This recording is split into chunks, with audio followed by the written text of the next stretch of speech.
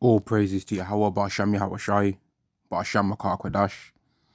Double honors to the apostles and the elders of Great Millstone, and Shalom to the nation of Israel. And this is going to be a lesson on how there comes a time in a man's life, man, when he wishes that he just picked his own cotton, right, and did his own labor, and didn't put a people in slavery and then lie and tell them things about themselves that were not true, right? There comes a time in a man's life where he wishes that he just picked his own cotton, man, right? And the Egyptians found out the hard way, and you Edomites are going to find out too. The Babylonians found out. The Greeks, which is your nation anyway, under another name, they found it out. You found it out, right? And you're going to remember it again. You're going to remember the latter end of what happens when you put the Israelites in captivity. And remember that Yahweh always returns the captives back to their own land, which is the land of Israel. Ecclesiastes chapter 8 and verse 9, all this have I seen and applied my heart unto every work that is done under the sun. There is a time wherein one man ruleth over another to his own hurts. And that's what's going to happen to the nations that have willingly aimed to destroy the Israelites. Their whole plan was to stop us from remembering who we were, in the hope that they could usurp our rule and rule in our place, right? That's what they did. Now, people don't believe that, but when this society starts falling more and more, they're going to find out that actually that's exactly what took place. This is Ezekiel chapter 35 and verse 2. Son of man, set thy face against Mount Seir and prophesy against it, and say unto it, thus saith the Lord Yahweh, behold, O Mount Seir, which is talking about the Edomites, I am against thee, and I will stretch out mine hand against thee, and I will make thee most desolate, meaning he's going to destroy them. I will lay thy cities waste, which is what they're complaining about right now. Our places ain't right anymore. 2-tier this, 2-tier that. It's not fair. I'm poor. I ain't got this. I ain't got that. Make this place great again. Make that place great again. And them, it must be another one of them engineers. It must be another one. When every single time a black man commits a crime, they're vocal and quick to know what justice looks like. But then when one of them theirself commits a crime, cricket mode, you don't hear nothing. You could hear, what's one of them sayings, man? You could hear a rat urinating on cotton. You know what I mean? You could hear everything whenever it comes to one of them committing a crime. It's just silence, because their cities are being made desolate, and they're finding out that what they thought about themselves was not true, right? Some of their people that they idolize, some of their greatest men, are admitting and confessing that Yahweh Shai was a so-called black man, according to what the world would say. He is, by his image, right? Because no one's a black man. Everyone's whatever their nationality is, according to their thought, whichever progenitor from the book of Genesis they go back to, right? Verse 4, I will lay thy cities waste, and thou shalt be desolate, and thou shalt know that I am Yahweh. They're going to know that Yahweh exists by the time they fall, man. By the time they fall, they're going to know that everything they thought about themselves was not true. There weren't no white anything. We weren't low IQ. No, you were. Yeah? If that was even a thing to be believed, no, you're low IQ. You're low intelligence, man. We ain't criminals like that. You are. Because anything that they can say that we've did on a local stage, they've did on a world stage, man. Verse 5, because thou hast had a perpetual hatred and hast shed the blood of the children of Israel, always quick to take a life of an Israelite, quick off the mark, man. And y'all complain now about all this police stuff and all these body cameras and all that, right? But you forget the reason why all this body camera stuff even came around. Because you Edomite police, right, and you Edomite people in general, was always harassing us. And then there'd be one video camera footage of a civilian, right, from their phone, but the police side wouldn't ever get shown. But now, even when the police's body camera's on, you still catch them committing and doing dodginess, even though they know the camera's on. Even though they know the camera's on, they're still doing the madness. So how much more when there was no video phones on anyone's phone? How much more dodgy stuff was going on then? Now, are there some people that take advantage and are still lying, that have committed crimes and the body camera catches them committing crimes and they're lying? Of course there is. But what about the other side too? What about the other side, man? And you all know that this is happening, but you just don't care as long as it's not happening to you. You've always used the advantage of us being considered as criminals to be able to commit crimes yourself. And I've worked around you Edomites. I've worked in so-called retail jobs. I've worked in supermarkets and things like that before. And I've seen Edomites stealing more than I've saw Israelites stealing. I've seen old women stealing, young women stealing, middle-aged people stealing. And there were Edomites.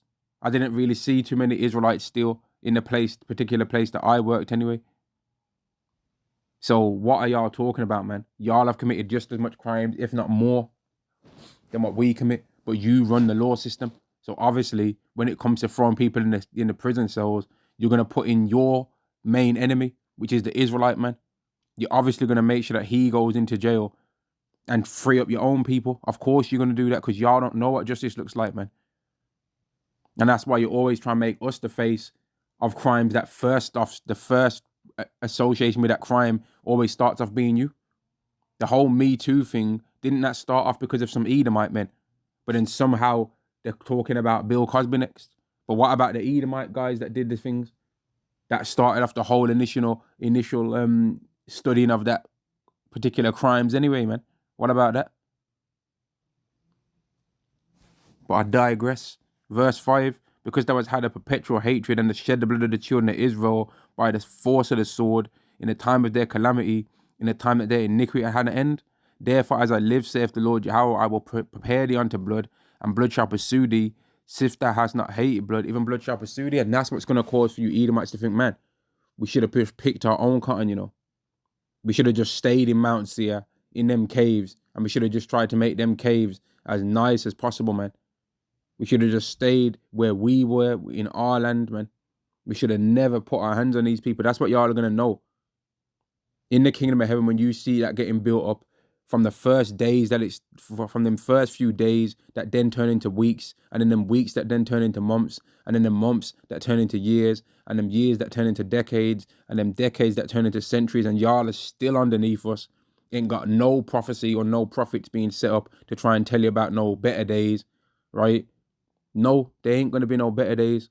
And in that time, you're going to wish, man, you know what? We should have just picked our own cotton since we like cotton so much. We should have picked our own cotton. We should have built up our own land. We shouldn't have broke no one. We shouldn't have took their skin and made it into wallets and made it into leather chairs. You know what I mean? We shouldn't have did all these things that we did to them. We shouldn't have used the Israelite woman to learn about gynecology. We shouldn't have did none of those things, man. We should have did it to, you're going to think, man, we should have just did it to our own people. But here's the thing, you did do it to your own people.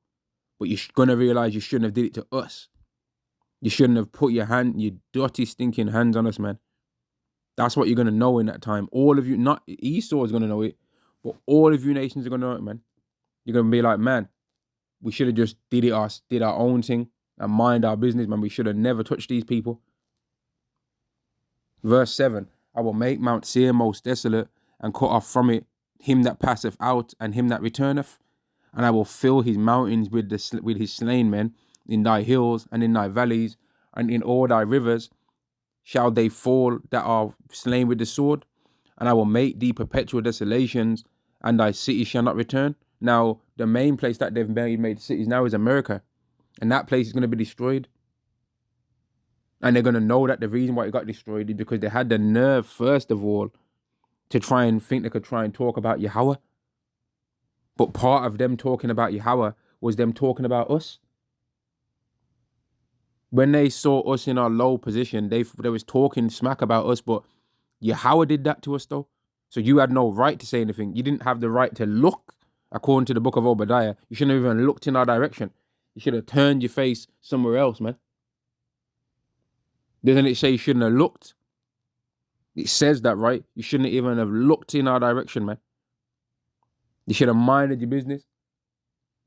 But you not only looked, you added on more and gave us more wine and made us more drunk and then looked and laughed even more. And ye shall know that I am Yahweh, because thou hast said, these two nations and these two countries shall be mine, and we will possess it, whereas Yahweh was there. So they thought that they was going to rule over us like how Yahweh ruled over us. And that's why they try and use the Israelites to produce glory for themselves. Verse 11, therefore as I live, saith the Lord Yahweh, I will even do according to thine anger and according to thine envy, which thou hast used out of thy hatred against them, and I will make myself known among them when I have judged thee. So Yahweh is going to reveal that he loves the Israelites once again to the earth. And then all you nations are going to be like, man, you're going to be starting to think, man, we should have just picked our own cotton. Now, you might not say those exact words, but you're going to think that, man, we should have picked our own cotton. Man, we should have kept them jokes to a minimum. All them black jokes that we said, all them, ha, ha, ha, you're never going to get revenge for slavery. You're never going to get any justice. Just let it go. You don't deserve reparations. All of that talk. You're going to wish that you gave by the time it's all said and done, you're going to wish that y'all all gave, even though the money didn't exist, you're going to wish you gave every single Israelite $1 trillion or £1 trillion, $1 trillion of whatever their currency is. You're going to wish you did that rather than the situation that you find yourselves in. You know what I mean? All of you nations are going to wish that, but Esau in particular, he's going to wish that he just gave all the reparations that Israelites was asking for. He's just going to wish he gave it all. Because the situation that you are going to find yourself in, that situation, you would have still at least been in power. But in the situation that's getting ready to come for you, Edomites, you ain't going to be in power. You ain't going to have nothing. And you're going to wish that you just picked your own cotton and minded your mouth, watched your manners, yeah, and never said or did anything to us. From the least offense to the greatest one. You even asking for equality with us is offensive. Because God loves us and he hates you. He said it. So an Edomite even ask, expecting us to want equality, that's offensive. I'm offended, right? And this might sound proud or whatever. I don't care, right? I'm offended at the thought that any Edomite thinks that I should want to be equal with them. I'm offended at that thought, man. I don't think that any Edomite should think that me and them should be equal, because we're not equal, right? An Edomite and an Israelite are not equal. You don't believe that we are, and neither do I, right? You don't believe that we're equal either.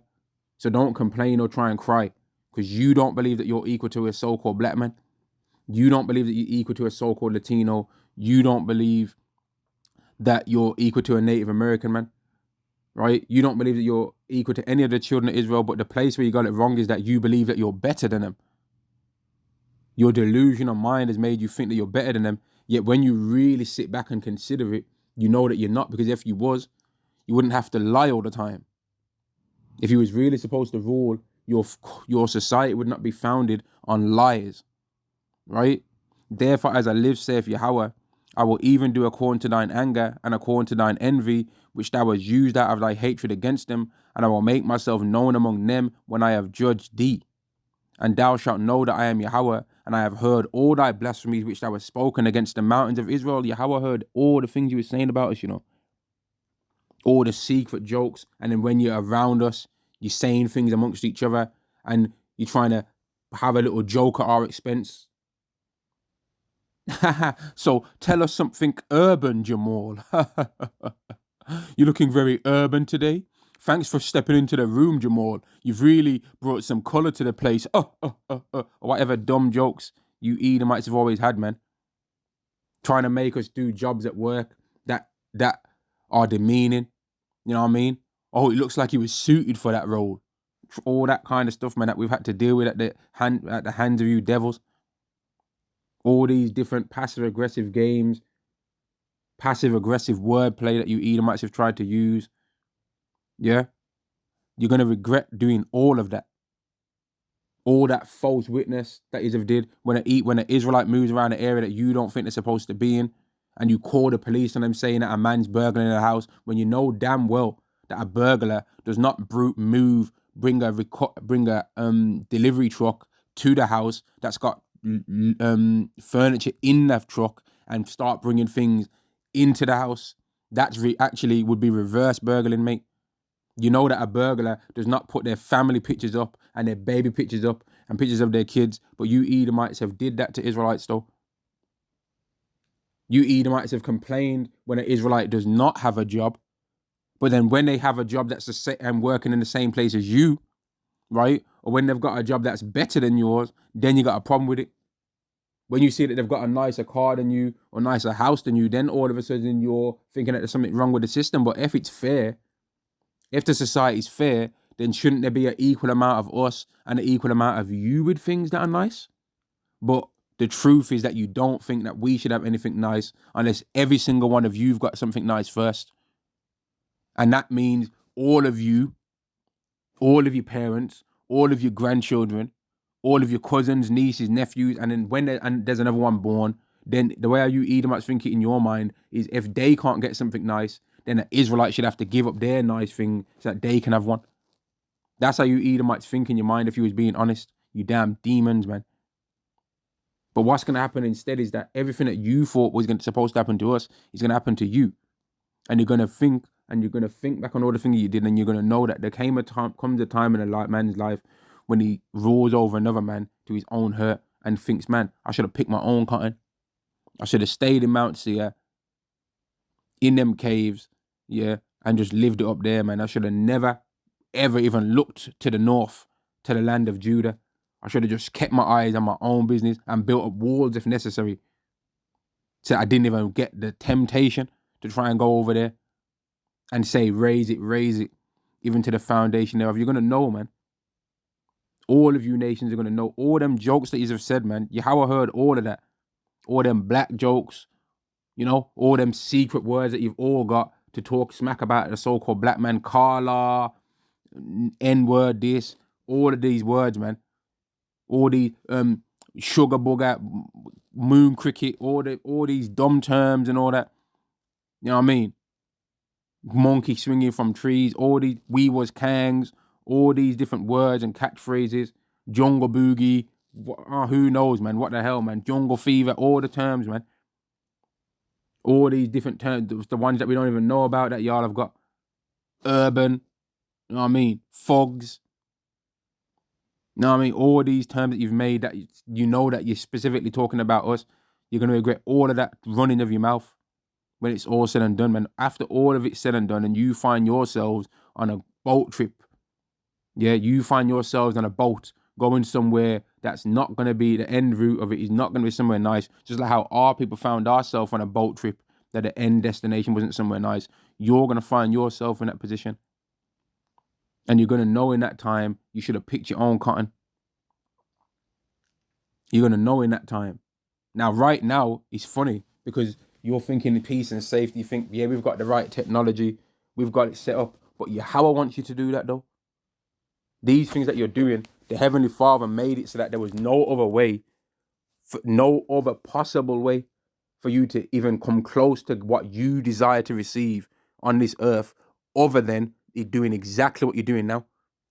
You considered many ways, but the only way that you could have possibly been able to do it was by making the MOTB, which is exactly what Yahweh wanted you to do. Yahweh wanted you to try and do these things to people so that you can control them by putting that thing inside their hand or in their forehead. He wanted you to do that. That was the only possible method that you could have used. And he made it that way because he had a use for that, to sift out among the Israelites in particular who does and who does not believe in him, and make it clear for the Israelites on earth who is and who is not of the elect. So that when that time comes, if somebody that they might have thought was of the elect, if they take that thing, now they know for certain, no, they're not. And somebody that they thought wasn't of the elect, if they was tempted with that thing, but they refused temptation, well, then that person obviously is of the elect then. And it's going to also make it clear whether they themselves are of the elect. But you Edomites, you thought that you had your own ideas and plans for it. No. Your thought processes for it did not matter. They did not count. Verse 12, and thou shalt know that I am Yahweh, and I have heard thy blasphemies which thou hast spoken against the mountains of Israel, saying, they are laid desolate, they are given to us to consume. That's what you thought in your mind. You thought these people, we did the right things that we needed to do based on how these left-handed spirits told us, if we do this, this, this, and this, we can defeat the children of Israel and now they'll just be ours forever. You actually believe that. But you must have not read about what happened to Pharaoh and the Egyptians. There came a point in time, and I'm gonna find it, man. There came a point in time where they said, man, they basically said to Pharaoh, how long are you gonna make this man Moses be among us? Don't you know that Egypt's destroyed? there it is. I always get a laugh whenever I read this scripture, man. Exodus chapter 10 and verse 7, and Pharaoh's servant said unto him, how long shall this man be a snare unto us? Let the men go, that they may serve Yahweh their God. Knowest thou not yet that Egypt is destroyed? Right? And that's what you Edomites are going to soon start saying, man. You're going to be like, man, you know what, yeah? We should have just let these people, we should have just gave them a small little, like a 250,000 reparations each or something, because raw, fam, like, it's peak out here. But you're going to say it in your own Edomite way. We should have, since things are so bad, we should have gave them 250,000 in reparations, or whatever stupid way you devils talk, man. You're going to know, in that time, you're going to know, you should have just picked your own cotton, man. You should have just left us alone. You should have minded your own business. Yeah, not looked over into the other direction in any way. Let me get the scripture, man. And I remember there was a brother that he had a whole series of this, man. Thou shouldest not having it. You know what I mean? One of the elders, man, in London, and Obadiah chapter 1 and verse 12. But thou shouldest not have looked on the day of thy brother in the day that he became a stranger. Neither shouldest thou have rejoiced over the children of Israel in the day of their destruction. And what does that letting you know then? The children of Israel became strangers, man. They became strangers to their own nation even. But yet when an Israelite, when an Edomite or a Christian, anyone ever sees the word stranger, they're always thinking, oh, see? That's a heat, mate. I'm a stranger to an Israelite that I do not know. don't you get that? Not every single Israelite knows who the hell I am. I ain't nothing too important or special that certain Israelites would even know I exist, mate. You know what I mean? Therefore, I'm a stranger to them. And there's Israelites that I don't know. So guess what? They're a stranger to me. And there's Israelites that you might kind of know who they are and all of that. You might kind of have seen their face before and they might have saw your face. But if you ain't met them in real life and you don't really know too much about them in the real world, then even still, you and them are kind of strangers. You understand? You're strangers. You don't know them. You understand? They don't even know your real name. You're a stranger. They don't know anything about you. All they know is whatever they heard you say on a camera, in a recording.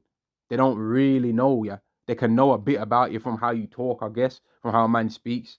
A man should be known by his speech, right? But they don't really know you. You understand? That's a stranger. An Israelite can be a stranger to another Israelite, but you dumb Christians have got it in your mind that every single Israelite knows each other, like every single one of us, which proves that that's a thing that we're the Israelites, because people in this world assume that every single black person knows each other. If there's an area where there's a lot of Edomites, right, and there's a so-called black man in the gym on the treadmill or something like that, right, and then another Israelite goes in there and he's on the bench press, don't you know that all those Edomites are just going to be secretly watching both of them Israelites, man, and just watching how they interact with each other? It's so weird. You Edomites are so weird and creepy. It's so sickening, man. I've studied you Edomites, man. And you're a bunch of creeps. Straight up, you're creepy, man. Creepy, sleepy Edomites, man. Slippery, slimy Edomites. And I don't care if none of y'all want to get offended. I'm offended by you. We're offended by your existence. Just like how you're offended by our existence, we're offended by yours, man. I esteem you as a counterfeit. Yeah. And you find me grievous even to behold. So it's equal, right? You don't like to look at us and we think you're counterfeits. Let me get the scripture. Wisdom of Solomon chapter 2 and verse 15. He is grievous unto us even to behold. You don't even like looking at us, man. For his life is not as other men's. His ways are of another fashion. You don't like that we don't like to be like y'all. We like to have our chicken cooked, mate. We like to clean our chicken before we cook it. You know what I mean? Whereas you don't even like to clean your hands before you cook your chicken. You know? We like to dance to the beat. You like to shake yourself, like rock and roll yourself and smash your head in with the guitar, smack the guitar off the ground and dive into the crowd and no one catches you and you bust up your spine. You like to dance like that. I don't really like to dance like that. I ain't no Amara and nothing like that. But I can snap my fingers and do a little 1-2 step at least. Shit. You know what I mean? I ain't Usher or nothing, or Chris Brown or Amara and nothing like that. You ain't gonna catch me slipping and sliding, hitting the T-Pain spine move where he hits his chin and like starts ricocheting himself back and that. You ain't gonna catch me doing all that. But I've got more rhythm than you Edomites though. At least I know that much. Among the Edomites, they might think I'm on the Michael Jackson out here, but among Israelites, not really, mate. My dance moves ain't nothing among Israelites, but among Esau, pfft, damn near think I'm Bobby Brown out this motherfucker. Salakia, man. Hey, Salakia.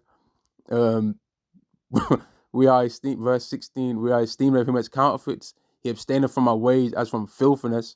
He pronounced the end of the just to be blessed. And we do esteem as counterfeits, man. When we look at you, we're like, man, you should not be where you're at in life. And I heard a brother say this, and this was something that I was thinking as well, and I thought about many times, man.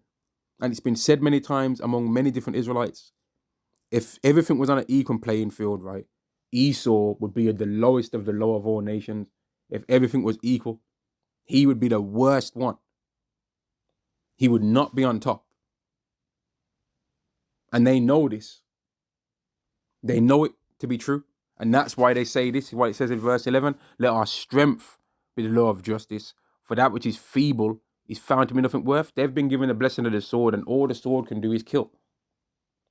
All the sword can do is kill or bully people into using their skills, right, to build up Esau's thing. That's all the sword can do. It can't do nothing else. But there's going to come a time where you Edomites are going to realize that you should have picked your own cotton. Right? Verse 21. Such things did they imagine and were blinded. Such things did they imagine and were deceived, for their own wickedness have blinded them. You, as being as wicked as you are, has blinded you. It's made the wickedness that you know and the demons and all the evil things that you've seen, where a damn evil spirit might manifest itself and show itself to you in a dark room somewhere, right? In a dark room somewhere, you've got a weird statue set up and you did some weird evil thing, right? And you get to see a real visual or something, man, while you're looking deep into fire or some whatever bugged out things you devils do behind the scenes, man. You looking deep into the depths of a flame. Oh, wow, yeah. That's what our kingdom's going to be like. Yeah, right, man. Don't you know them spirits are tricking you? You stupid idiots. None of them things that you saw, the end result is not going to happen. The end result that you've got in your mind that you're thinking you're going to see, it's not going to happen. I said it already in this video. Yahweh made you do those things. Yahweh made it be so that the only way that it would even be possible for you Edomites to have control on this earth over everyone, literally, would be to put the MOTB in everyone. But that's also a method that Yahweh wants you people to try and do. That's going to make him destroy loads of people. That's going to sift out who does and who does not believe in him. That's just what it is. Isaiah chapter 47 and verse, let me go straight to the point. Verse 6, I was wroth with my people. In fact, you know what? Let me jump down a bit. Going into the wickedness again that blinded you Edomites. Isaiah chapter 47 and verse 10, for thou hast trusted in thy wickedness. Thou hast said, none seeth me. Thy wisdom and thy knowledge have perverted thee. Because if you can do a little technique and a little word and numbers play in that, and like 90% of the time it works, you're going to think, man, this works. And even though you've saw that 10% of the time it doesn't work, you're going to be like, well, you know, but in that 10% of the time though, did I really do that thing as wicked as I could have did it? Because I kind of didn't really do it as wicked as I could have did it though. So maybe that was my bad. Maybe if I would have been even more wicked in that 10% of the time, then that thing would have worked. It would have worked 95, even 100% of the time. That's what you Edomites think in your stupidity, man. But really, in them times when these things flopped, you was getting shown that it don't really work. But you didn't think that when you saw it didn't work some of the times, in the times that it didn't work, and you was like, oh, well, that's just because we did something wrong, or we didn't do it as wicked as we could have. But really, you was being shown that them things don't work, but you didn't take heed to the warning. In all the times when you've set people to try and listen and spying on our videos that we do, right? And you've been warned about what's going to happen based on what you're going to do, you've still tried to justify, oh yeah, but of course they're going to say that because they just don't want us to win. They're still sour about the colonization or whatever stupid excuses you're going to make in your mind, man. Go ahead and do all the things that you've said. We already know that we can give you all the warnings. You're still going to do these things that you're not supposed to do because really you are supposed to do them. You know what I mean?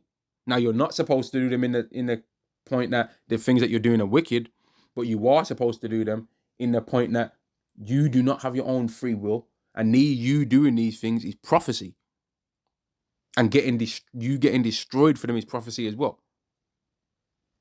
Thy wisdom and knowledge have perverted thee, and thou hast said in thine heart, and I am, and none else beside me. Therefore evil shall come upon thee, and thou shalt not know from whence it riseth, because you're not going to know from whence it riseth, because you thought that the things that you did were a protection for you. You thought, this is our protection. The sword's our protection. Our strength is our protection, and that which is feeble is found to be nothing worth. The spells that we do, that's our protection. The money system that we're setting up, that's going to be our protection. All the military weapons that we've got, that's going to be our protection. All this secret hidden information that we've got on all these different nations and how we've divided and conquered, that's our protection. So we don't need to worry about nothing now. You thought that. That's why when it comes to you, you're going to be like, where's this? Why is this happening? And mischief shall fall upon thee, and thou shalt not be able to pull it off. Even though you're going to try to. You're going to try with the sword. No, it's not going to work. You're going to try with the spells. No, it's not going to work. You're going to try. You're going to be like, well, we've got this money system that we set up now. We've got the CBDC. We've got the Internet of Things. We've got the Internet of Bodies. We've got the cashless society, right? We've got people with the charagmas inside of them. Why is it not working? You're going to be like, why is it not working? We've got all the things that we've wanted to do have happened. Now we can say peace. Now we can say safety. But it's not going to work though. And you're not going to be able to stop it from not working. And desolation shall come upon thee suddenly, which thou shalt not know. Stand now with thine enchantments and with the multitude of thy sorceries, wherein thou hast laboured from thy youth. Hate can blind you, man. Hate can really blind you, right? The hatred that you Edomites had for the Israelites has made you do some heinous things to us, right? Some real sickening things to the point where you hate us so much that you actually still think that we're worse people than you. You actually think that we've did you more or equal harm as what you did us. You think that us talking about you going into captivity is the same as you actually really doing it to us. You think all our words and talking, you think us not wanting you to be around us in or we don't want to sit next to you at a table, that's discriminatory. You think that's the same as you poisoning our water supply, making sundown towns, flooding out our cities, and drowning them underneath the water, and all the kind of madness that you've did, man. All the things that you've did that you know about. You think that that's equal because of your hatred in your heart, man. Verse 12, stand out with thine enchantments and with the multitude of thy sorceries. How many different spells and all this madness of y'all did, man? How many different things, man? How many? How many a spell, man? Many a spell, many a witchcraft of you did, right? And you're going to be pulling out your spell. Oh, let's try this one. Oh, oh, lucky for us, there's a full moon coming up. Let's try this. It's not going to work. There's going to come a time where none of it works because guess what? It never really worked. It never really worked, man. There comes times in people's life where they thought they had oh, I can read the market. Oh, I know how these curves work. Yeah. This curve means this, so I can speculate that it's going to land at about this value and I'm going to buy here, I'm going to buy there. Or people might think they got there, and gambling are pretty much the same thing anyway. The stock market and gambling, in my opinion, are pretty much the same thing. Crypto, the stock market, and gambling on sports and all that. It's pretty much the same thing, except with gambling on sports, you pretty much lose your money after that event's over. That's pretty much what it is. After the one sport event that you've bet on, it's over. So if you bet on, for example, a season, a like football season winner, then okay, your bet's still running until the season's over. Whereas in a crypto or the stock market thing, it would end if that company completely goes bust or whatever, or it won't end as soon as you press the sell button, for example, man. It's all the same thing, but that's not the point of what I'm talking about. I'm talking about how sometimes people think they've found a system in these things. Or what I've noticed that every single time that Jordan Wiltshire plays on the left wing and Max Furlington plays as striker, they easily score about 2 goals when they're away. And then they'll do that bet once and it will work. Then they'll do that bet again and it'll work. And they'll be like, you know what? The last couple of times I only put in like a little fiver in, but this time I'm going to put like 1,000 in there. And then I put the 1,000 in there and guess what happens? It flops, mate. That's what happens. Same thing with the stock market. Same thing with the crypto thing, man. Yeah. Now, can you win sometimes on them? Yes, you can.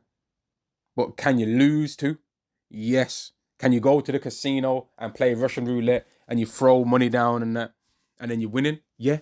But I've went into casinos before and went in there with people and they've just quick time went in there, put some money down, and then said, I've lost £300. And I'm like, what? We only been in there a minute. How have you lost so much money? I've seen that happen before. But then on the reverse, people have did the other side where they've put that down and they've won. You see what I mean? That's what happens, man. And that's what's going to happen to Esau. There's going to come a time where it's like, oh, okay, we're under a bit of stress. Let's do a quick little, some celebrity's going to do a scandal now. Yeah, some celebrity's going to have supposedly touched up something wrong and did something wrong to somebody. Yep, we're just going to pull out one of the usual blah, blah, blah. Yep. And no one's going to care. They're going to be like, nah, we don't care nothing about that. What's up with this, fam? And we're like, yeah, blah, we've heard all of that before. Nah, what's up with this? We don't care nothing about none of that. What about what's happening here with you? We've heard about all that already. We know how it goes. Yeah, you always say that celebrities have did that. No, what's up with you? What's up with the price of the food inflation? What's up with that? No one ain't going to be buying none of that stuff that they're trying to put out there, man. No one ain't going to believe none of that witchcraft that y'all are trying to put out there. None of the distractions. They're not going to believe none of it no more. They're going to be focused on you. Yahweh's going to change the rules for how people perceive you. Wherein thou hast labored from thy youth, if so be, thou shalt be able to profit. If so be, thou mayest prevail. So Yahweh's giving you the chance to try and test it out, man. It's like, go on then. You think that can work? Go ahead. Try it then. All the things that you think, go ahead and do it and then let's see what happens, man. Or you think that's going to work? Go ahead and try it then. You look at Egypt. Go ahead. Hey, you said, lucky. Yeah, go ahead and try it then, man. Go ahead and try it, man. Try and do it and let's see what's going to work, if it's going to work, fam. Try a spell, try a madness, and see if it's going to work. And you're going to realize that none of it works. Verse 13, now wearied in the multitude of their counsels, let now the astrologers, the stargazers, the monthly prognosticators stand up and save thee from these things. What shall come upon thee?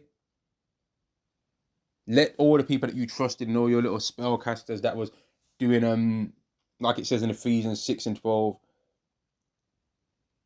Let me get what it says in there, man. I forgot. It skipped my mind exactly what it says in there. Secret counsel of the wicked, spiritual wickedness in high places. There it is. Ephesians chapter 6 and verse 12. For we wrestle not against flesh and blood, but against principalities, against powers, against the rulers of darkness of this world, against spiritual wickedness in high places. Yahweh's going to be like, let all your people that are doing, let all your rulers of the darkness of this world, right, that are doing spiritual wickedness in high places, let them try it, man. And some of the high places are all of them like different actual spiritual zones on the earth, man. There's certain places that are considered more like have got more of a spirit on them for certain things, man. Like there's a particular place over here in the UK that some people say is cursed, for example, right? A particular place called Cannock Chase, for example, that people say, oh, that place is cursed. And people have said that they've seen certain dodgy things around there. There's certain places over here in the UK that are considered to be UFO hotspots, right? There's certain places, man. Staffordshire, for example, over here in the UK, that's considered to be a UFO hotspot when you look it up. And there'll be certain places in America that's also considered that too. And when you're reading the scriptures, there was a spiritual hotspot where there was that place where the angel used to come down from the water, come from the heavens, touch the water, and the first person that would go into that water would be healed. So spiritual hotspots is a real thing. And people doing spiritual wickedness in high places is also a real thing. They're doing spells and witchcraft in certain areas of the world, right, to try and win. But it's not going to work, though. There's going to come a time where it's not going to work, and there's going to come a time where they wish, man, we should have just picked our own cotton, you know. We should have just picked our own cotton, did our own labor. Verse 13, Isaiah chapter 47, verse 13, thou art wearied in the multitude of thy counsels. Let now the astrologers, the stargazers, the monthly prognosticators stand up and save thee from these things that shall come upon thee. Behold, they shall be as the stubble, the fire shall burn them, they shall not deliver themselves from the power of the flame. They shall not be a coal to warm at, nor a fire to sit before. There ain't gonna be no comfort, man. If you're cold and you try and, you know what I mean, set a little fire to warm yourself, or find a little comfort zone. No, there ain't gonna be no comfort zone for you. There's gonna be nothing, none of it's gonna work. The sword's gonna be blunt. Even Esau's main foundation of what caused for him to get his society, which is the sword, in the kingdom of heaven, there's not going to be no sword. All these weapons that people are scared of being using now, oh, it's mutually assured destruction. Once they've been used, right, if there's even any remnants of that still left and that didn't get used in World War III, all of it's going to get destroyed, man.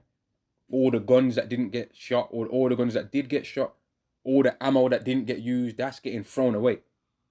That's going to get turned into something else. All the materials that were used to make these things, it's going to get turned and transformed into something else, man. It's going to be recycled, you know? You know, like how they make you recycle some bottles of apple juice, or you got to put the carton of apple juice in the bin. But the actual lid, oh, that's got to go in the blue bin. But the carton, that can go in the bag. Oh, you see your tree branch, any twigs, oh, that's got to go in the green bin. Well, we're going to recycle the things that Esau used, man. You see the gun barrels, that's got to go in this part, in this pile. You see this bit, that's got to go in that pile. Handguns, that's got to go in this pile. Grenades, they got to go in this pile. Yeah, and we're going to break all that stuff down, and we're going to turn it into things that actually better the earth, man. You see all them tanks, all the tanks, you're going to start you better pull out the Allen keys, you know. You better get an Allen key, get your screwdriver out, get your hammer, yeah, get your wrench, flat nose, Phillips, the little star one, the little star shaped end of the screwdriver. You better get your electric screwdriver out, your manual one.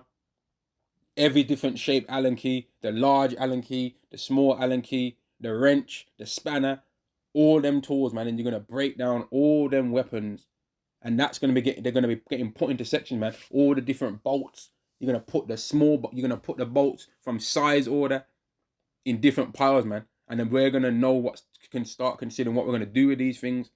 Okay, so all these tank parts, yeah, and we're gonna be like, yo, listen, man. These ain't all the same metal.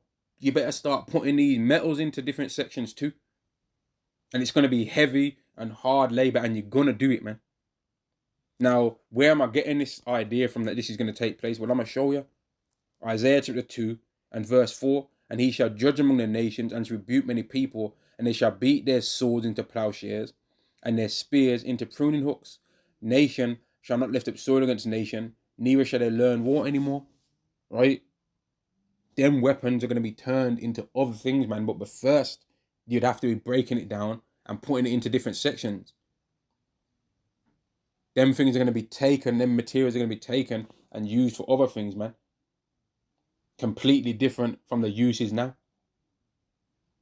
All them different big ass 50 cal guns and all that madness, that's going to be turned into something else, man. Those things are going to be turned, though, the same way how you can make a tank to blow somewhere up. You know, you could take that same size vehicle, yeah, and use that for something to actually plow the land. You know that same amount of material that he spent doing that, you know that you could have made a tractor instead of a tank, right? You know, you could have made a land plow, right? You know, like the same way how you use these engineers to make weapons to kill, you could have used that to do things that you can actually improve the world. Oh, it's a snowy day and you know how to make a tank. You know, you could have made a salt grip machine from that just drives on the motorway and drops out the salt grit and makes people not slip and slide. You know, you could have made that. You know, you could have made specialized flipping grip machines that might be on the lower levels of the sides of the highway.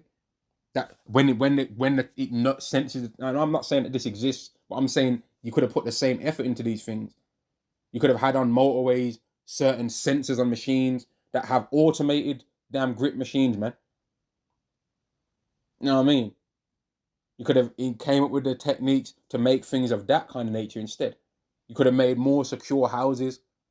You could have made houses that when it gets when you turn your heating on, right, the windows don't overly condense, get condensation, and then mold starts building up all around your window. You could have made stuff like that and put more effort into that instead of just making things to harm people all the time. You could have did stuff like that. You could have found out ways to make the phone that you put in your pocket not be melting up your yo. But that's not wasn't made for you to do that. That's the things we're gonna do, man. We're gonna turn all that weapons of warfare into things of righteousness, man. Weapons of war into weapons of righteousness. Things that actually make the world a better place instead of worse, man. Instead of harming the world and making it dirty and evil, we're gonna make it clean and pure. And in that time, you Edomites are gonna know that you should have picked your own cotton, man. And I'm gonna end the lesson there. Shalom to the elect of the nation of Israel. Shalom.